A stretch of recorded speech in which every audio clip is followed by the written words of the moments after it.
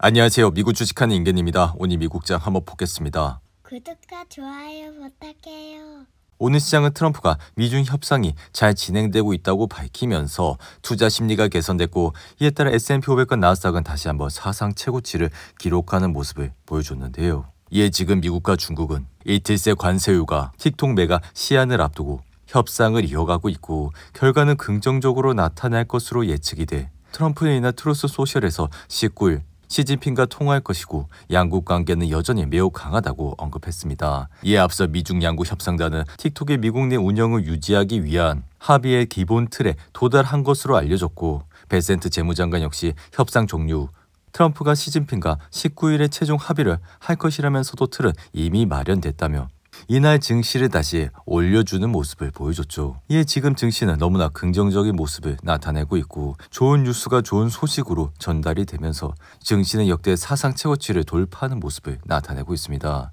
이에 따라 이번 주는 연준의 금리 인하 행보도 있어 시장 참가자들은 이번 주 회의에서 연준의 금리 인하 사이클을 시작할 것이라 100% 확신을 하고 있고, 이에 따라 오늘 증시 움직임 역시 목요일 발표를 앞두고 포지션을 조정하고는 있지만 대부분의 기술주들은 굉장히 좋은 흐름세를 이어가고 있다 할 수 있죠. 이로 인해 이번 주 목요일은 소문에 매수하고 사실에 매도하는 전형적인 흐름이 될 수도 있지만, 기관과 투자자들은 목요일을 앞두고 S&P 500과 나스닥을 공매를 하지는 않는 것으로 나타나고 있습니다. 하지만 지금 증시가 이렇게 좋다 보니 FOMC 금리 인하 직후 주식과 비트코인이 폭락할 수 있다는 JP모건의 경고가 나왔고, 이번 주 단행할 것으로 예상이 되는 기준금리 인하가 주식 채권 달러의 새로운 위험 요인이 될 수도 있다는 경고도 나오고 있다 할 수 있는데요. 이로 인해 JP모건의 최고 글로벌 전략가 데이비드 켈리는 보고서에서 연준의 금리 인하가 정치적 압력에 따른 것으로 비칠 경우 미국 금융시장과 달러에 부담이 작용할 것이라 밝혔고,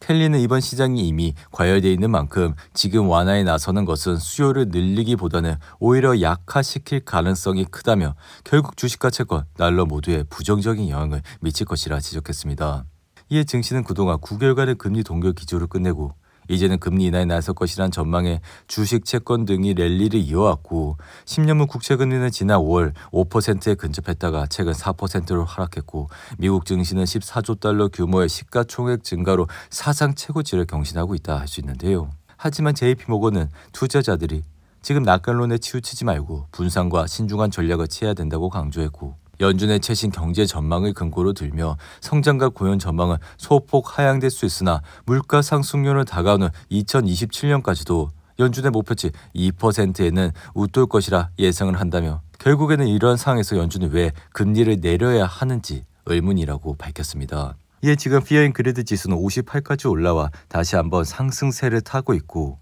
사실 최근에 기준점이 되는 50선까지 피어 앤 그레드 지수가 내려왔기에 이 지지선을 뚫고 내려오게 된다면 다시 한번 증시는 흔들릴 수도 있었지만, 다시 50선에서 반등을 하면서 다시 증시는 달궈지고 있는 모습까지도 나타나고 있는데요. 이에 저의 생각은 최근 인플레이션이 상승하는 구간도 나타났지만 다시 연말 안에는 인플레이션 하락 안정화가 나타나기 시작할 것이라 연준은 9월부터 금리 인하를 시작해서 내년 말까지 추가로 1.5% 금리 인하가 전망이 되기에 이러한 금리 인하는 장단기 금리 차의 상승을 가져다 주고 유동성 확대를 가져다 주면서 대출 증가와 연결되는 향후 높은 증시 상승 시기가 나타날 것이라, 물론 지금 9월이 연간 가장 안 좋은 달이고 9월 마지막 2주가 가장 통계적으로는 수익률이 나쁜 구간이지만, 금리 인하가 동반돼 9월의 경우 증시가 하락하는 것에 투자 초점이 맞춰지는 것은 적절하지는 않을 것이라 말씀을 드립니다. 이로 인해 나스닥은 이내도 상승을 하면서 다시 한번 신고가를 달성했고, 사실 지금 미국 주식에 대한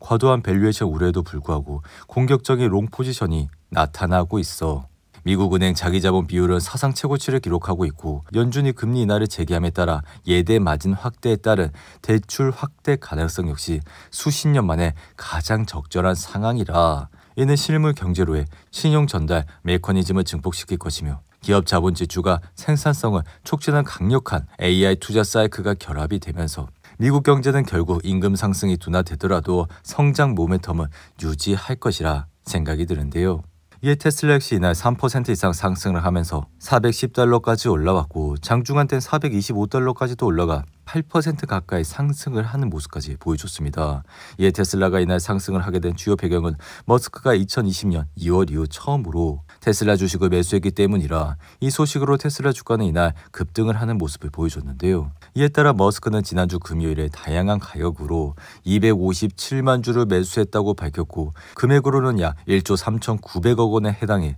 이에 테슬라는 지난 금요일 7.3% 급등을 하면서 주당 $400를 넘어서는 모습까지 보여줬습니다. 이에 저희 생각은 이 매수세는 상당한 규모의 내부 매수라 기관과 투자자들은 이를 테슬라에 대한 CEO의 신뢰 표시로 받아들이고 있고 이달 초 테슬라는 머스크에게 최대 $9,750억 달하는 새로운 급여 패키지를 주주들에게 승인해달라고 요청할 것이라 밝혀 지금 테슬라의 상승 모멘텀은 정말 무서울 정도라 할 수 있는데요. 이에 저희 생각은 그동안 테슬라의 실적이 좋지 않기 때문에 다가오는 10월 실적을 좀 확인을 하자고 말씀을 드렸지만 테슬라는 기다려주지 않고 단번에 $400를 돌파하는 모습을 보였고 하지만 저의 개인적인 투자 철학은 결국 펀더멘탈을 기반으로 상승을 하는 주식에 투자를 해야 된다 말씀을 드렸기에 이에 테슬라의 저항선은 $425 부근에서 형성이 되고 있고 만약 오르바 $425를 넘어 다시 한번 상승세를 보여준다면 단번에 $430억까지도 올라갈 수 있다 생각이 드는데요. 하지만 이러한 상승세는 여전히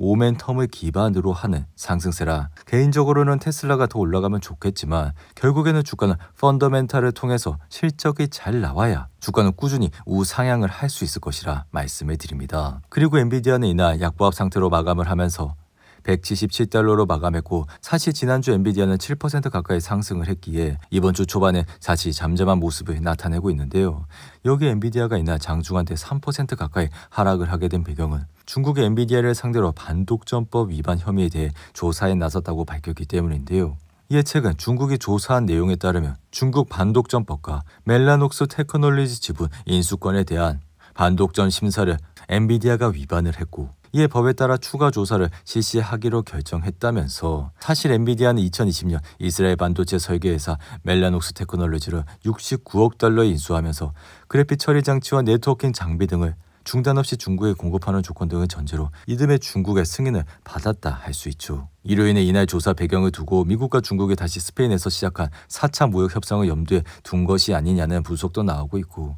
그렇지만 이날 다시 베센트와 트럼프가 지금 중국 협상이 굉장히 긍정적으로 이뤄지고 있다는 소식에 엔비디아는 장중 3%대 하락을 말아 올리면서 장중한테 상승 전환을 하는 모습까지 보여줬습니다. 이에 따라 저희 생각은 이러한 이슈는 크게 걱정할 수준은 아니라 여전히 지금 AI 시장에 돈이 몰리고 있고 이러한 돈들이 엔비디아 그리고 팔란티어 그리고 다수의 AI로 돈을 버는 기업들에 들어가고 있기 때문에 우리는 이러한 시장에서 이러한 기업들에 투자를 하면서 우리의 소중한 자본을 점점 더 늘려가기만 하면 된다 말씀을 드리는데요. 여기에 팔란티어 역시 이날 소폭 하락을 하면서 $171까지 내려왔지만 여전히 상승 추세를 이어가고 있고 팔란티어는 최근 두 가지 중요한 파트너십을 통해 국방 기술 제공 업체로의 입지를 더욱더 강화하고 있어 지금은 미국 해병대와 영국 국방부와의 전략적 계약을 체결하면서 서방연합군의 현대 군사 작전에서 점점 더 중요한 역할을 맡고 있다 할 수 있습니다. 이에 팔란티어는 여전히 좋은 흐름세를 보이고 있고 다가오는 3분기 실적 역시 시장 예상치를 넘을 것이라 예상을 하고 있기 때문에 그리고 팔란티어가 그동안 눌린 목에서 주가가 반등을 하고 있기 때문에 현재 주식을 전혀 팔 이유는 없어 앞으로도 팔란티어는 현재 가격이 아닌 다가오는 2026년, 2027년은 이러한 가격보다는 훨씬 더 올라갈 것이라 말씀을 드리는데요.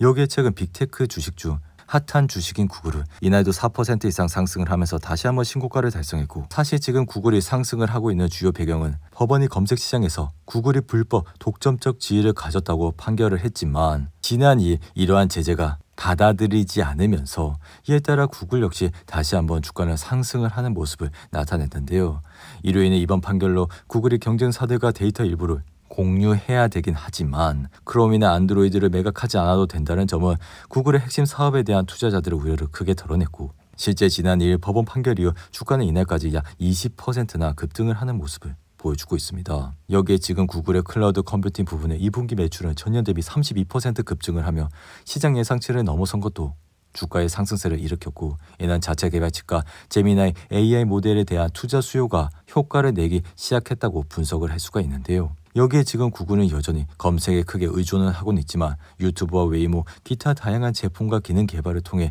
이제는 단순히 검색 회사가 아니라 여러 분야로 진출하는 기업으로 앞으로도 좋은 흐름세를 보일 가능성이 굉장히 높다고 말씀을 드립니다. 오늘도 8분이 넘는 긴 영상 끝까지 시청해 주셔서 감사하고요. 가시기 전에 구독과 좋아요 잊지 마시고 그럼 저는 다음 영상에서 찾아뵙겠습니다. 감사합니다.